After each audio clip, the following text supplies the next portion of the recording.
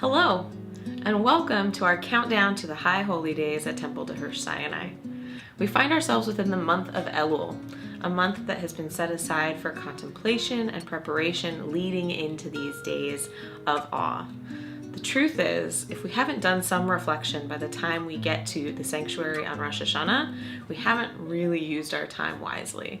Yes, our sages say that those 10 days between Rosh Hashanah and Yom Kippur are a time for making amends, a time for doing teshuvah, an act of really return and repair of the soul.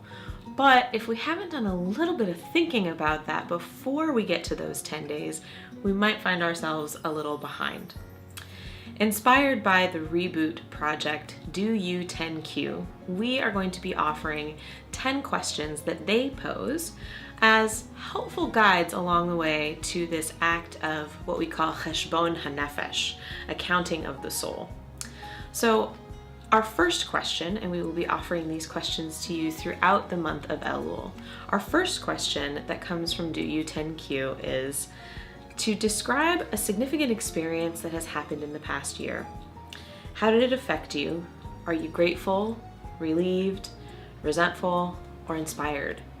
So take a moment, perhaps grab a pen and paper. Journaling is a great way to do some cheshbon hanefesh, and look at the really significant moment or moments in this past year and see how they have shaped you, how maybe they're continuing to shape you, and maybe take an opportunity just to look at them from a bit of a distance to see what they have to offer you.